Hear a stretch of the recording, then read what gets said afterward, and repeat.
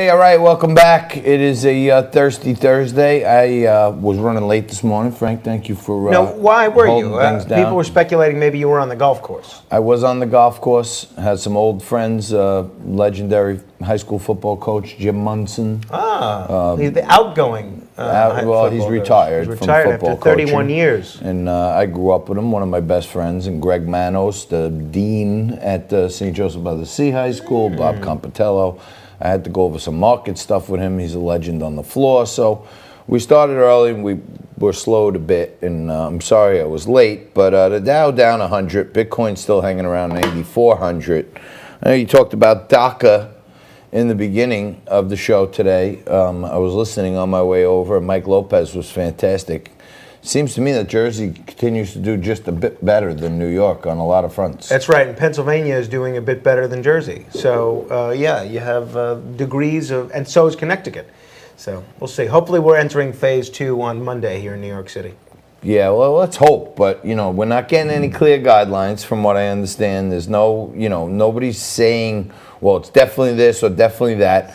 And I continue to be completely aggravated with the mainstream media. All they're talking about that I see now is Trump's having a rally in Tulsa, Oklahoma on the day after Juneteenth. And how could he do this? How could he have 19,000 people? And all the protesters up right nose to nose. Nobody says anything about it. You're exactly right about that, Joe. It seems to me like, Frank, it's becoming more and more evident that they don't want Trump on the campaign trail. Well, I mean, is that a shock to you? No, it isn't shocking, but I mean, could it be more obvious than that? You know what I'm saying? It's pretty obvious at this think point. You're right. I think you're right. Did you see Biden the other day? They let him out of his basement bunker, and he's speaking so slow that you could tell he's reading, word for word on a teleprompter. Well, I mean, if I were one of his consultants, I would say that's a very sound strategy. Yeah, read exactly what you see, but he just looks like he's programmed, and I continue to. I don't know if you saw this the other night. I think I forwarded it to you, but Barack Obama's brother, Malik Obama, posted a birth certificate. Yeah, we've been trying to get him on the show, actually, but according to our producer Nico, did he tell you what happened? No. Oh, what happened with Malik Obama? Funny. So funny. So I told Nico to book him, and then I thought you were in the loop, that we were in talks with him. And then you happen to send me his tweet independent of that. So yeah. Great minds think alike, or at least our minds think alike. And so Nico forwards me a message from Mr. Obama saying that he'd be happy to do the show, and he asked for a $1,500 contribution to his charity for doing the show. Okay, that's. I don't think he's worth it. Well, we'll leave it up to you. So find us on Facebook at Liquid Lunch TV. Yeah. Do you want to see Barack Obama's brother on this show? And is it worth John ponying up $1,500? Yeah, and allegedly... My vote is no, because, I'd rather John give that $1,500 to Nico and me. And maybe even buy lunch for Jessica. I wouldn't give it to Malik Obama. I'd give it to you guys first. That's why I don't think he's worth it. But he is flashing this, what looks like a real birth certificate of Barack Obama. Look, I mean, the birth certificate issue has been researched, vetted, litigated. But this is thoroughly. His brother coming out with a piece of paper saying, this is the birth certificate. Yeah, the brother, he strikes me as a few aces short of a full deck, if you know what I mean.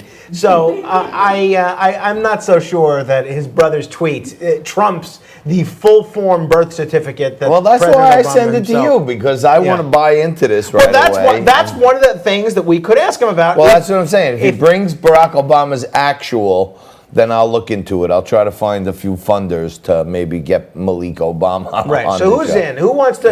Let us know if you really want to see Barack Obama's brother here with us. Send in 10 million stars on Facebook. No, send us. You could send us.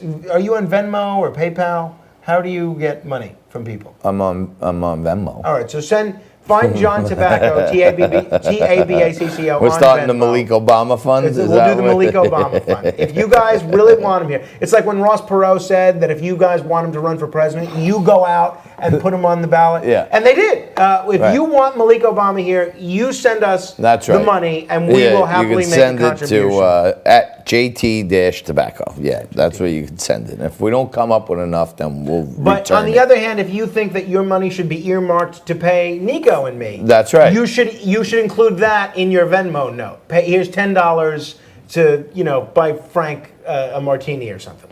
Amal, one of our viewers, said, "Good Lord, let Frankie know the show is cutting out every few seconds. Yes. We're missing almost everything." I'm hoping it's better. Are we getting any feedback now that it's any better? I'm not sure.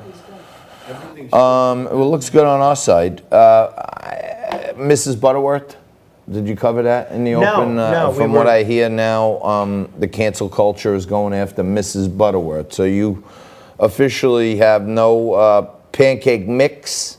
You have no rice, and you have no rice. Syrup. You have rice. If you enjoyed Mrs. Butterworth's, Uncle Ben's, or Aunt Jemima's. I didn't even. I mean, is Mrs. Butterworth black? Well, the bottle is brown. Well, no. So I mean, the syrup is brown. Yeah. Well, that's what I'm saying. The bottle could very well be clear. Who knows? But it's the weirdest thing. Like the Paw Patrol is still killing me. The Paw Patrol. No, well, the Paw Patrol is still on the air. I know, but there's heat on the Paw Patrol. Yeah. I'm not sure that Mrs. Butterworth is black. Right, I mean, Aunt Jemima, I can understand why you'd be offended by that. We're going to do a little more research on this commercial break. We're going to come back with nationally syndicated radio host Kevin McCullough right after this.